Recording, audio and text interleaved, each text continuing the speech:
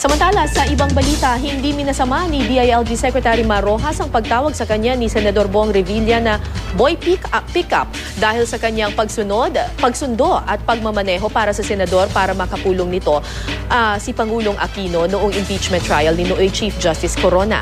Giit ni Rojas, hindi raw siya ang dapat problemahin ni Revilla kundi ang whistleblower na si Ben Herluy.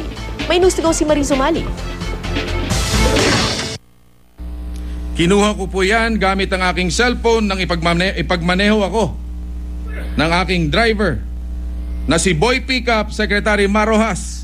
Ang binansagan niyang boy pick-up na si Secretary Mar Rojas, pinuntahan ni Senador Bong Revilla sa dinaluhan ng kalihim na pagdinig ng Congressional Oversight Committee on the Philippine Disaster Risk Reduction and Management Act of 2010, kaugnay sa pagtugon ng national government sa pananalasa ng bagyong Yolanda.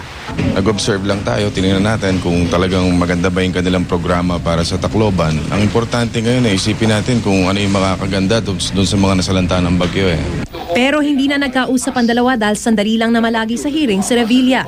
Gayunman, nakapagkomento naman ang kalihim sa bansag na boy pick-up dahil sinundo niya at ipinagmaneho pa si Revilla patungong Malacanang para kausapin ni Pangulong Aquino noong Corona impeachment trial. Okay lang sa akin. In fact, joke nga It was yung aking pagmamaneho kay Senador Bong at yung kanyang pag-uupo sa likod. In fact, parang joke ito kasi sabi niya, Secretary of Transport ka, dapat ipagmaneho mo ako. So ako naman sinabi ko, okay lang, parang hindi ko nilagyan ng mali siya, kaya nakakadismaya o nakakalungkot na nilalagyan ngayon ito ng bahid ng kung ano-anong kulay.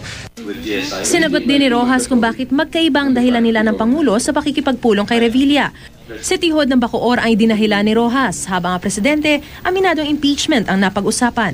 Hindi magkaiba ang aming sinabi. Nilinaw ng Pangulo yung iba pang mga topics na napag-usapan. Ang sinabi ko naman lang ay ito yung mga sa akala ko ang dahilan kung bakit niya nais or may sadya siya sa Pangulo.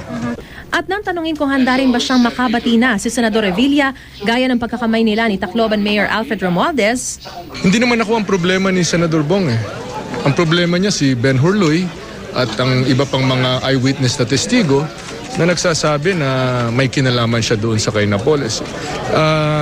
Wala akong hard feelings sa kanya dahil alam ko na matindi ang pressure sa kanya. Mariz Umali, GMA News.